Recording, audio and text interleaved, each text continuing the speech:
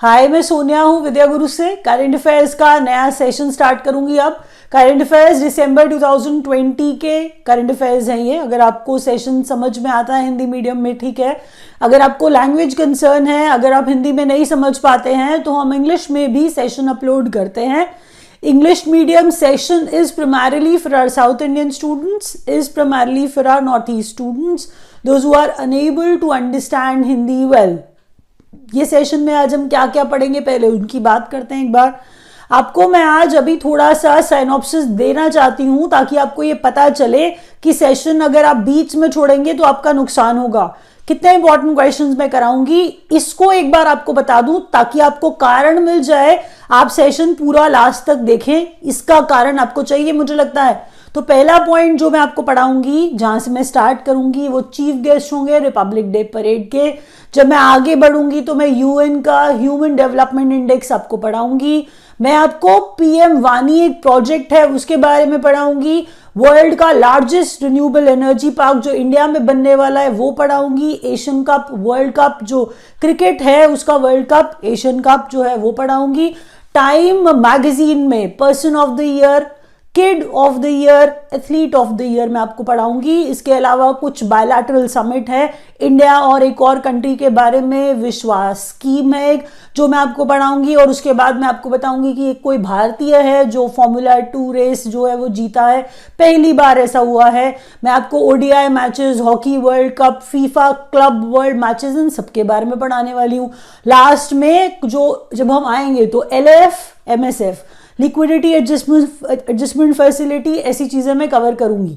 अब मेरे इस ब्रीफ से शायद आपको ये पता चला होगा कि आज हम कितनी इंपॉर्टेंट चीजें कवर करेंगे। मैंने ऐसा बिल्कुल नहीं किया है कि एक टीचर है जो ग्लोबल टीचर अवार्ड जीते हैं, ग्लोबल टीचर प्राइज जीते हैं, और मैं उसके ऊपर पूरा आपको वीडियो ही बना के दे दूं। ऐसा बिल्कुल नहीं करा है। मैंने उसे एक पॉइंट की तरह लिया है, उससे रिलेटेड इंफॉर्मेशन भी दी है, लेकिन उस पर पूरा वीडियो नहीं बनाया। मुझे पता है आपका टाइम बहुत इंपॉर्टेंट है, कम टाइम में ज्यादा इंफॉर्मेशन देने का ट्राई मैं करती हूं। तो अब मैं स्टार्ट करूंगी और आप फोकस्ड हो जाओगे, एक भी सेकंड वेस्ट नहीं करोगे, खुद पता लगाओगे कि कौन कौन सा क्वेश्चन कितना इंपॉर्टेंट है और एग्जाम में पक्का आएगा। 2-3 क्वेश्चन आपको जरूर दिखेंगे, ध्यान दीजिएगा। पहला क्वेश्चन आप जरा सुन लीजिए। अगले साल 26 जनवरी को हमारा गणतंत्र दिवस है, रिपब्लिक डे है। तो पहले तो आपको बताऊं कि ये 72वें नंबर का गणतंत्र दिवस है, 72nd रिपब्लिक डे है ये हमारा। चीफ गेस्ट जो हैं, जो आने वाले हैं, वो आएंगे बोरिस जॉनसन। बोरिस जॉनसन जो है वो चीफ गेस्ट रहेंगे हमारे रिपब्लिक डे 2021 पर। लेकिन आपको ये भी पता होना चाहिए, बोरिस जॉनसन जो है वो प्रधानमंत्री हैं यूनाइटेड किंगडम के। PM of United Kingdom Boris Johnson will be the chief guest on our Republic Day parade. अगला क्वेश्चन देखिए। चलिए, अब आपकी स्क्रीन पे इंडिया का रैंक दिखा रहा है। इंडिया का रैंक किस में दिखा रहा है पहले वो देखिए। यूनाइटेड नेशन का ह्यूमन डेवलपमेंट इंडेक्स है ये। तो यूनाइटेड नेशंस का डेवलपमेंट, ह्यूमन डेवलपमेंट इंडेक्स है ये। इसमें किसने टॉप किया, इसमें इंडिया का रैंक क्या था, या फिर इसे कौन बनाता है, ये सारी बातें दिमाग में रखते हुए एक पॉइंट ना मान के इस पेज को आपके सामने आने वाले, आप इसको 4 पॉइंट समझ के पढ़ेंगे। तो पहला पॉइंट ये है कि ह्यूमन डेवलपमेंट इंडेक्स बनाता है यूनाइटेड नेशंस डेवलपमेंट प्रोग्राम, जो आपकी स्क्रीन पर यूएनडीपी करके आ रहा है। तो यूएनडीपी करके जो आ रहा है वो क्या है, यूनाइटेड नेशंस डेवलपमेंट प्रोग्राम, जो पब्लिश करता है किसको, ह्यूमन डेवलपमेंट इंडेक्स को। नंबर 1 पर नॉर्वे। अगर आप सक्सेसिव, आप जानना चाहते हैं कि पहले 3 जो है वो कौन थे जिनको ये इन टॉप पोजीशंस पे रखा गया है, तो नॉर्वे है, आयरलैंड है और स्विट्जरलैंड है। इंडिया का रैंक 131st रहा, 131st रहा इंडिया का रैंक। और 4th पॉइंट जो मैं ऐड करना चाहती हूं वो ये है कि इंडिया का ग्रॉस नेशनल इनकम, जीएनआई जिसके मैंने लिखा है, तो इंडिया का gross national income per capita अगर हम बात करें एट PPP, एक्चुअल में PPP परचेजिंग पावर पैरिटी है। आप अपने देश की करेंसी से आपकी खरीदने की क्षमता क्या है, उसे हम कहते हैं परचेजिंग पावर पैरिटी। तो परचेज करने की पावर आपकी करेंसी में परचेजिंग पावर पैरिटी है। इंडिया का gross national income per capita at purchasing power parity, यहां पर नंबर्स को ध्यान दीजिए, ध्यान से देखिए।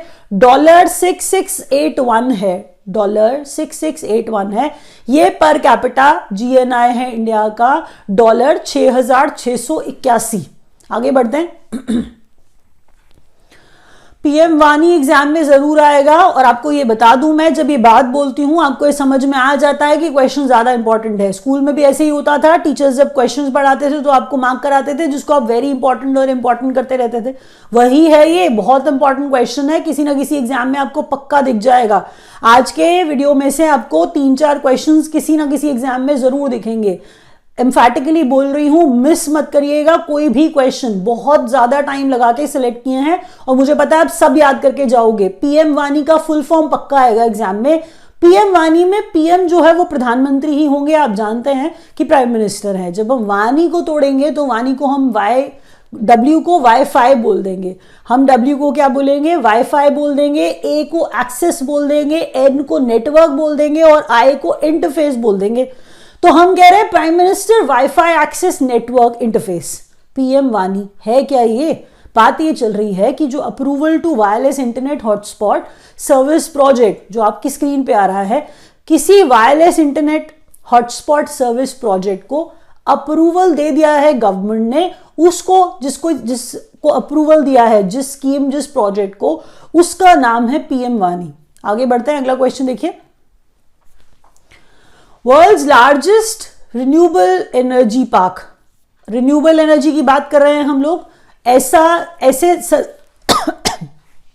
हम कह रहे हैं रिन्यूएबल एनर्जी, तो हम बात कर रहे हैं जो ऊर्जा नवीनीकरण जिसका हो पाए, जिसे रिन्यू कर पाए, हम वो कह रहे हैं, वो वाले रिन्यूएबल एनर्जी पार्क की बात हम कर रहे हैं। तो हम कह रहे हैं ऐसा वर्ल्ड का लार्जेस्ट, पहले यहां पर ध्यान से पढ़िएगा, जो कि खावड़ा, धोर्डो, ये दोनों विलेजेस हैं, एक्चुअल में छोटे छोटे से विलेजेस हैं, गुजरात में है, कच्छ डिस्ट्रिक्ट में है। तो खावड़ा धोर्डो लिखा हुआ आएगा और कच्छ लिखा हुआ आएगा। कच्छ गुजरात में है, यहां पर आने वाला है, बनाया जाने वाला है वर्ल्ड का लार्जेस्ट रिन्यूएबल एनर्जी पार्क। और आपको ये बता दूं, इस पार्क में ये जो रिन्यूएबल एनर्जी पार्क है, एक्चुअल में इसकी कैपेसिटी क्या रहने वाली है और क्यों इसको हम वर्ल्ड का लार्जेस्ट कह रहे हैं? हम वर्ल्ड का लार्जेस्ट इसलिए कह रहे हैं क्योंकि इसकी कैपेसिटी 30,000 मेगावाट होगी, जो कि बराबर है 30 गीगावाट के।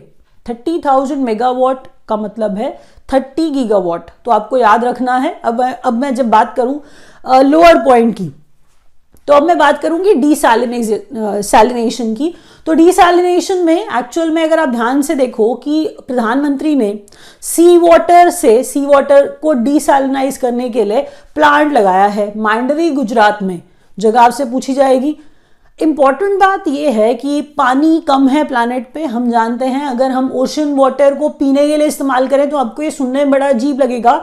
आपने ऐसी बातें बहुत सारे और देशों में होती हुई या ऐसा करने वाले हैं सुना होगा, कुछ देश कर भी रहे हैं जहां पानी की बहुत कमी है। तो हमने भी ऐसा ट्राई किया है। आपको मैं साफ बात बताऊं तो यहां पर प्रधानमंत्री ने फाउंडेशन रखा है मांडवी, गुजरात के सी वाटर को, सी के पानी को पीने लायक बनाने के लिए। तो उसके अंदर से क्या करना पड़ेगा, वो सॉल्टी होता है ना, तो उसमें से सॉल्ट निकालना पड़ेगा। तो डीसैलिनेशन करना मतलब हम सॉल्ट निकालने की बात कर रहे हैं, उसे सॉल्ट निकालना डीसैलिनेशन कहेंगे। तो वो प्लांट लगाया है मांडवी, गुजरात में। अब मैं अगले पॉइंट की तरफ बढ़ूंगी और अगला पॉइंट है हमारा क्रिकेट एशिया कप के बारे में। जब देखिए ऐसा है कि 2020 चल रहा है, लेकिन अगर आपको न्यूज़पेपर्स में हेडलाइंस में 2023 तक की बातें कर दी जाएं तो आपको बता दूं, क्योंकि ये बातें कर दी गई हैं इसीलिए आपके एग्जाम में आ सकती हैं। ये मैं आपको बता दूं, ऐसा नहीं है कि हम 2023 में बात करेंगे इनके बारे में, हम अभी क्यों पढ़ रहे हैं, ऐसा नहीं होता है प्लीज। अगर न्यूज़पेपर में कहीं आया था तो आपके लिए इंपॉर्टेंट है वो।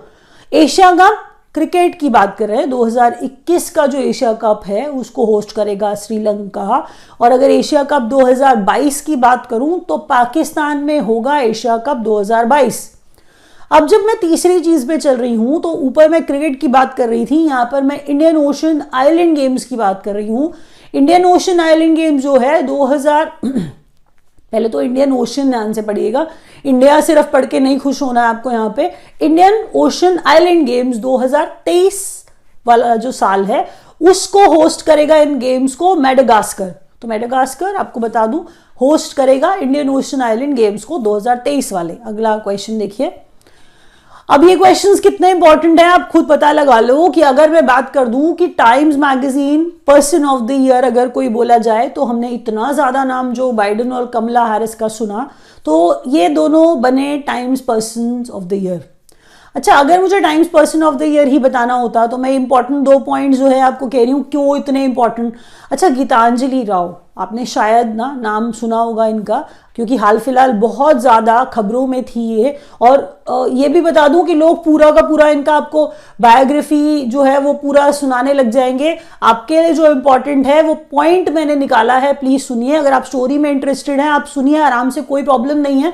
लेकिन जो एग्जाम की तैयारी कर रहे हैं वो बच्चे, मुझे ऐसा लगता है उनके पास पढ़ने के लिए पहले ही बहुत कुछ होता है, तो इसीलिए सिर्फ इंपॉर्टेंट बात ये है कि गीतांजलि राव बच्चा है, छोटी है बहुत, टाइम्स मैगजीन में times first ever kid of the year में ये इनको ये बनी है एक्चुअल में, तो इनको मेंशन किया गया। आप जरा देखिए कितनी बड़ी बात है।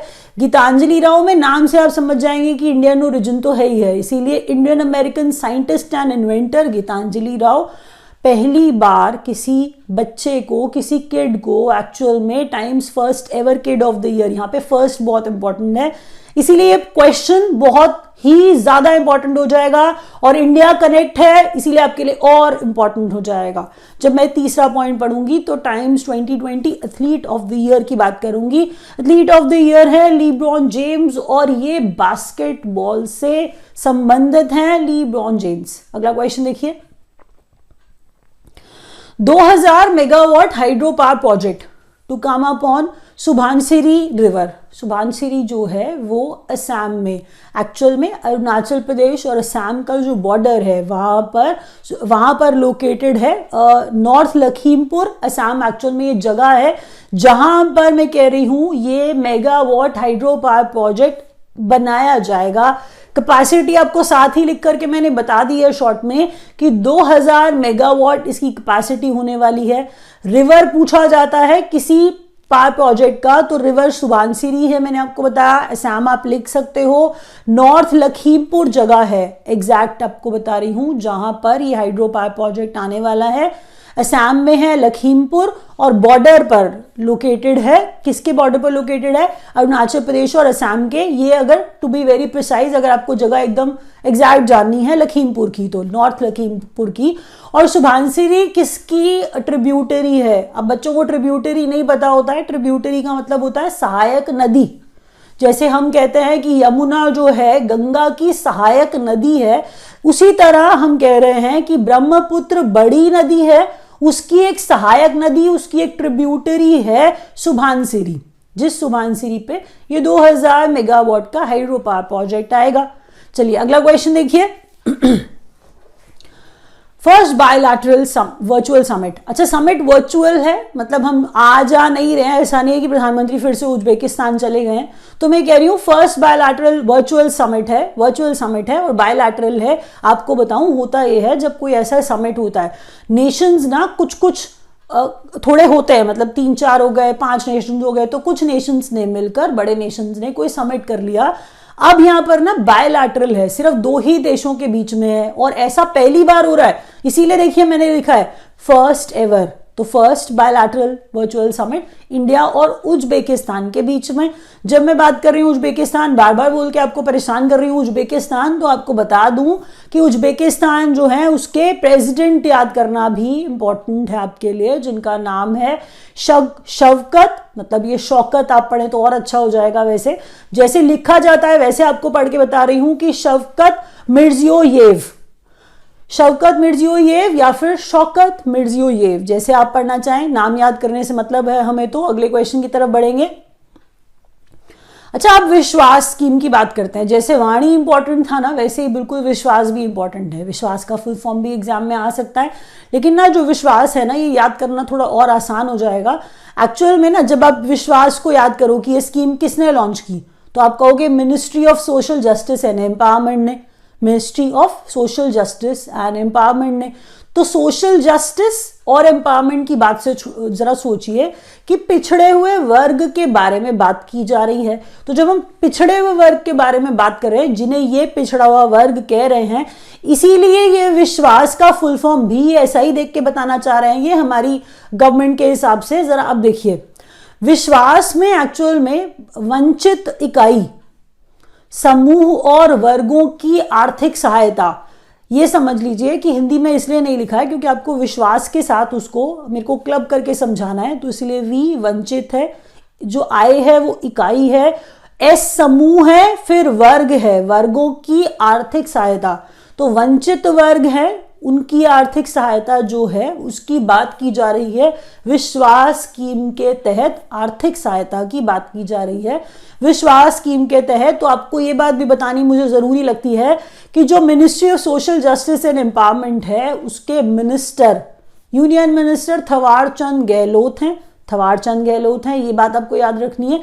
अदर देन दैट आपको याद रखना क्या है कि अगर हम बात करें इंटरेस्ट सबवेंशन, अच्छा अगर हम इंटरेस्ट सबवेंशन की बात करें तो सबवेंशन अनुदान होता है, मतलब जब गवर्नमेंट कोई हेल्प, फाइनेंशियल हेल्प प्रोवाइड करती है तो उसको हम सबवेंशन कहते हैं। कि कई बार ऐसा होता है ना, इंग्लिश में लिखा हुआ कोई वर्ड हम नहीं समझ पाते हैं, तो इसीलिए आपको थोड़ा सा डिकोड करके बता रही थी आसान बना के कि इंटरेस्ट सबवेंशन है, हेल्प की जा रही है, फाइनेंशियल एड, फाइनेंशियल हेल्प की जा रही है इस स्कीम के तहत बैंक को। तो कह रहे हैं बैंक लोन्स दे रहा है किसको, SC है तो हम कह रहे हैं शेड्यूल कास्ट है, OBC है, SHG जो मैं कह रही हूं वो सेल्फ हेल्प ग्रुप्स होते हैं।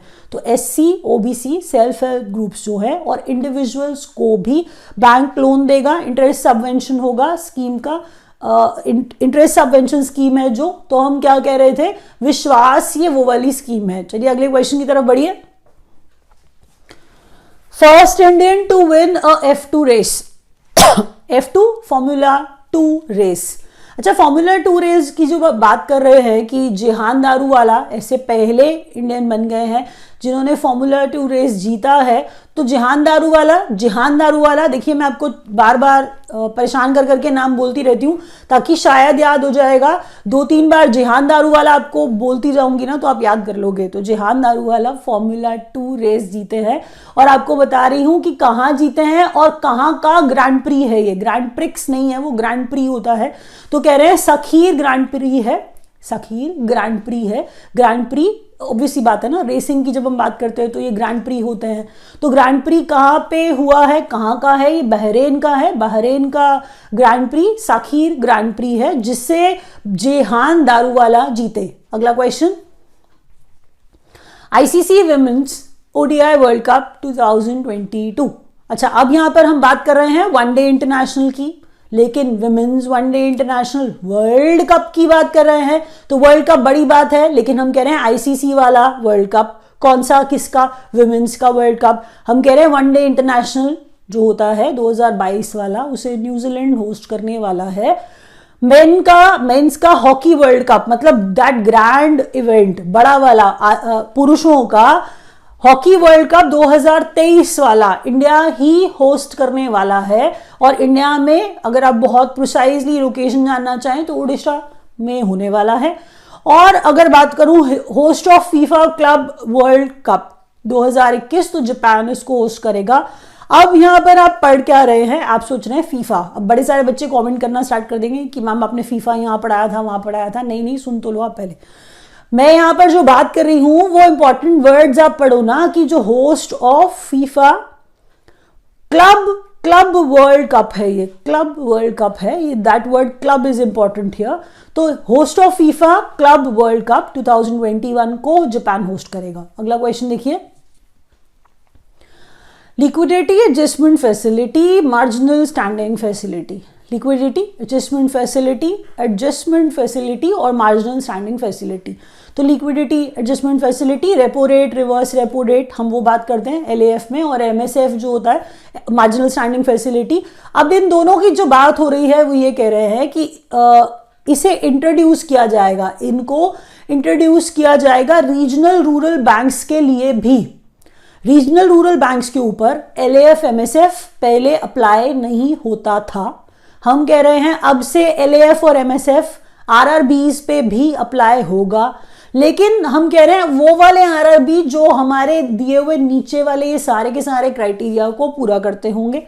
कौन सा क्राइटेरिया पूरा करते होंगे की बात करें तो पहला पॉइंट ये है कि इनमें कोर बैंकिंग सोल्यूशन को इंप्लीमेंट कर लेना होगा, किया हुआ होना चाहिए, must have implemented core banking solution. Minimum CRAR of 9%। अब ये CRAR किसी बच्चे को नहीं समझ में आएगा, मुझे पता है। अब CRAR अब फटाफट से गूगल करने शुरू कर दोगे। चलो CRAR सुनते हैं 2 मिनट के लिए।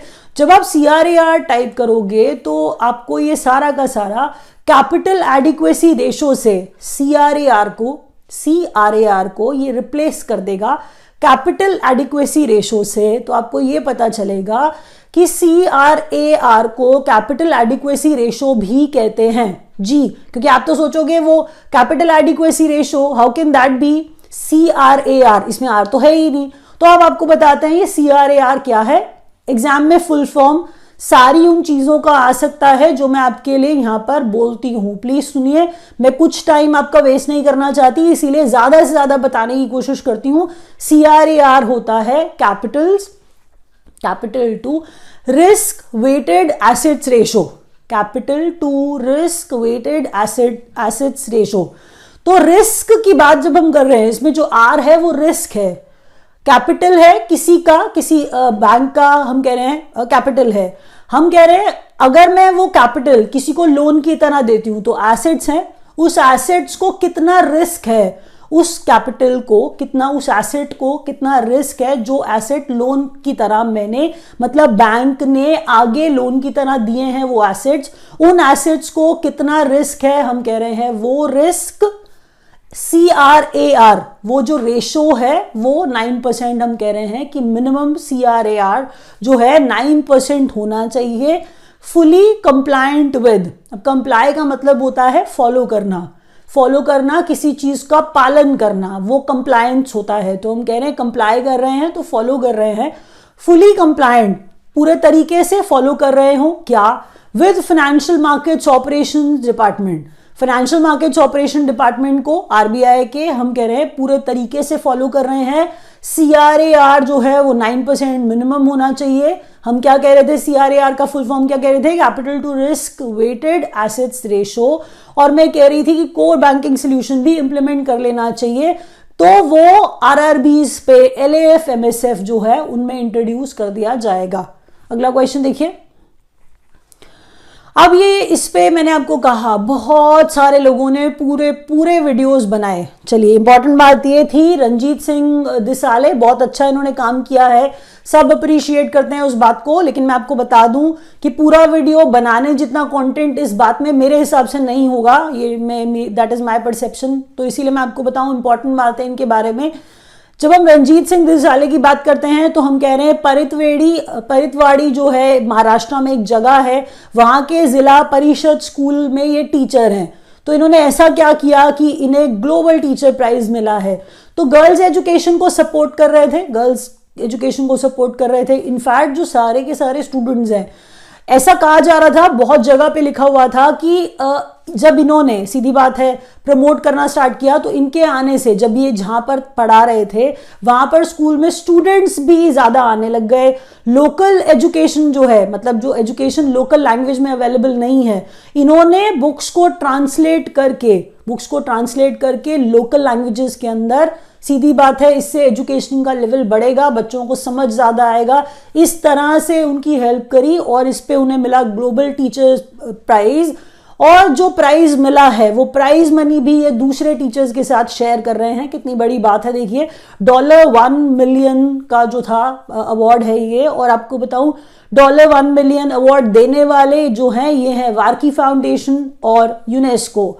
वार्की फाउंडेशन और यूनेस्को का नाम आपने नहीं सुना होगा, रंजीत सिंह दिसाले आपने सुन लिया होगा मुझे पता है, और आपको इतना ही याद रह जाएगा। लेकिन आपको यह भी याद रखना पड़ेगा किस जिला परिषद स्कूल के हैं, और वार्की फाउंडेशन और यूनेस्को ये अवार्ड देते हैं। अगला क्वेश्चन देखिए। कुछ इंपॉर्टेंट डेज की तरफ चलते हैं कि 9 दिसंबर, 5 दिसंबर, 11 दिसंबर हम क्या मनाते हैं। तो आपको उनको स्टार्ट करने से पहले आपको कुछ इंपॉर्टेंट थीम्स भी हैं जो मैं साथ में डिस्कस करूंगी। इंटरनेशनल, पहले एंटी करप्शन डे की बात करते हैं। इंटरनेशनल एंटी करप्शन डे जो हम 9 दिसंबर को ऑब्जर्व करते हैं, इंटरनेशनल एंटी करप्शन डे 9 दिसंबर को ऑब्जर्व करते हैं। इसका जो थीम था इस बार का, वो थीम रिकवर विद इंटेग्रिटी रखा गया, रिकवर विद इंटेग्रिटी रखा गया।